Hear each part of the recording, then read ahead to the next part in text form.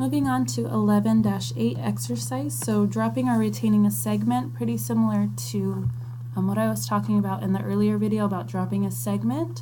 So costs will continue on even though you drop a segment. So it'd be nice if you could just drop all of these fixed expenses and just be free of all those fixed expenses.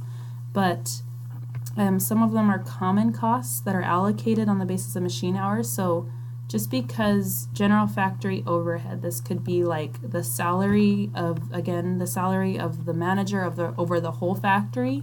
Just because you drop one product, and it could be like one product out of 10, he's not gonna drop, or she's not gonna drop a tenth of his salary, you know? So general factory overhead, or it could be like the janitor, right? General factory overhead, the janitor cleans the whole facility whether they're making a product or not. You're still gonna have to pay the janitor. Like, you still have to pay this person. So you can't avoid that.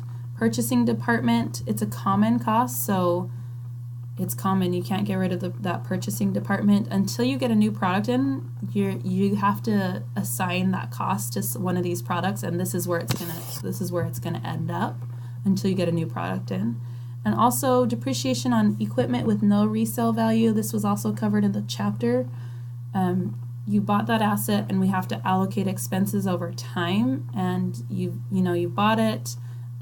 Depreciation is just an allocation of expense over time. Just because you're discontinuing the product, you still have this depreciation hanging around, just because it's an allocation of expense over time. So these ones are unavoidable. You're still going to have to pay for them, and they're not a cost savings. So just reviewing this, right? So would you recommend that they should discontinue? Although they're losing 80,000 euros, they are making 850,000 euros in sales, and they are bringing in 460,000 of contribution margin to help cover, some that are avoidable fixed expense or traceable fixed expenses, while some are not traceable, and so, or they still have to pay for it even if they discontinue. So just be considerate, just because it looks like it's losing a lot of money, it could be losing a lot more money depending on those expenses.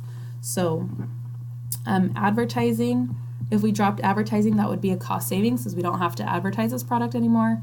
Depreciation, we can't save any money because we already spent the money initially on the asset, and we're just allocating expense over time. We can't get rid of general factory overhead, no cost savings over there. Salary of product line manager, we could get rid of that. We could have a cost savings, so we don't have to pay for that. That would be a cost savings because we don't need that person anymore. Insurance on inventories, so we don't have the inventories, we could save that. Purchasing department, we cannot save anything because it says it's a common cost allocated on the basis of sales dollars. So the quick way to solve this problem would be take your contribution margin and see that as a 0 now. And that's a negative, a loss of contribution margin. So just a quick way to answer this, loss of contribution margin, negative 460,000, and then we add any of our cost savings. We're going to save advertising and salary of product line manager and save on insurance, and that would tell you how much change would happen from your 80,000, how much change would happen if you were to drop the line. And that's just the change because we're doing the change there, but if you wanted a full income statement, we could see the full amount. So let's see how that's going to work out. I don't know if I'm just super talkative about this subject, but let's see how that's going to work. Okay, so this is our income statement. So right, we're not going to have this, right, in a new income. Okay, so let's just do the change, right? And so the quick way to do this, let's hide this for a sec, because this is just, maybe not. Maybe we do need some of that wording, right? So you lose out on this much of contribution margin. So you lose $460,000 because you're not making that contribution margin anymore because you're not selling this product if we discontinue this line.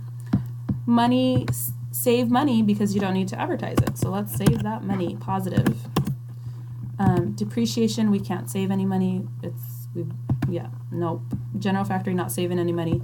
Save money because you don't need a product line manager, a positive savings. And purchasing department said it was a common cost allocated to this product. And so let's see our net disadvantage of dropping this line. So we could probably just sum these all up since they're at the right sign. Let's sum those. So, oh, what is going on? That's our total fixed expense, sorry. This is what would happen at the very end, so let's make that a total. Right, so the change would be from 80,000 negative euros, sorry, 80,000 euros, it would increase an additional 150,000 loss. So so not only are you losing 80,000 pounds, if you drop this line, you're going to do an additional 150,000. So if we added those together, you should have a huge loss of 230,000 euros.